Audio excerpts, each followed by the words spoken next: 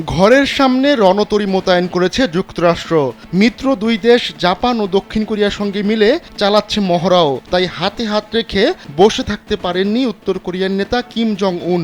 বোতাম চেপে উড়িয়ে দিলেন হাইপারসনিক মিসাইল। কিন্তু এ যাত্রা সফল হয়নি কিমের অভিযান। টার্গেটে আঘাত হানার আগেই আকাশে বিস্ফোরিত হয় উত্তর কোরিয়ার হাইপারসনিক ক্ষেপণাস্ত্র। বুধবার ভোরের দিকে মিসাইল ছোড়ে উত্তর কোরিয়া। দেশটির পূর্বাঞ্চলীয় জলসীমানায় মিসাইলটি আঘাত হানার কথা ছিল, কিন্তু তার আগেই আকাশে ধ্বংস হয় এই ক্ষেপণাস্ত্র। মিশন ব্যর্থ হওয়ার পর বিতর্কিত জলসীমায় মহড়া চালিয়েছে দক্ষিণ কোরিয়া। ওড়ার পর 250 কিলোমিটার দূরে জাপান সাগরের উপর আছড়ে পড়ে মিসাইলটি। স্যান্ডেলিনা সো, রূপচর্চায় আভিজাত্য।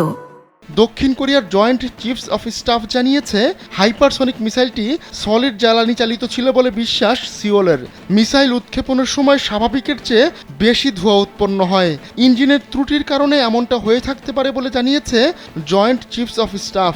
পরে উত্তর কোরিয়ার মিসাইল উৎক্ষেপণের নিন্দা জানিয়ে ফোনালাপ করেছেন দক্ষিণ কোরিয়া, যুক্তরাষ্ট্র ও জাপানের সিনিয়র কূটনীতিকরা। 2021 সাল থেকে সিরিজ হাইপারসনিক মিসাইল পরীক্ষা চালিয়ে আসছে উত্তর কোরিয়া। শত্রুপক্ষের মিসাইল ডিফেন্স শিল্ড ভেদ করার সক্ষমতা অর্জনের জন্য পিয়ংইয়ং এমন পরীক্ষা চালাচ্ছে বলে বিশ্বাস বিশেষজ্ঞদের। সাম্প্রতিক বছরগুলোতে উত্তর কোরিয়া সলিড জ্বালানি চালিত মিসাইল নিয়ে কাজ চালিয়ে যাচ্ছে। লিকুইড চালিত মিসাইলের চেয়ে এসব মিসাইল শনাক্ত করা কঠিন। তাই উত্তর কোরিয়া তাদের মগজ এ ধরনের মিসাইলের পেছনে খাটাচ্ছে। সম্প্রতি স্নায়ুযুদ্ধকালীন সময়ের মতো মনস্তাত্ত্বিক যুদ্ধে জড়িয়ে পড়েছে দুই কোরিয়া।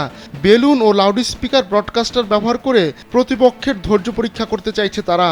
মঙ্গলবার রাতে আবর্জনা বোঝাই বড় বড় বেলুন দক্ষিণ কোরিয়ায় পাঠিয়েছে উত্তর কোরিয়া। মে মাসের শেষ দিক থেকে এটি এ ধরনের ষষ্ঠ ঘটনা।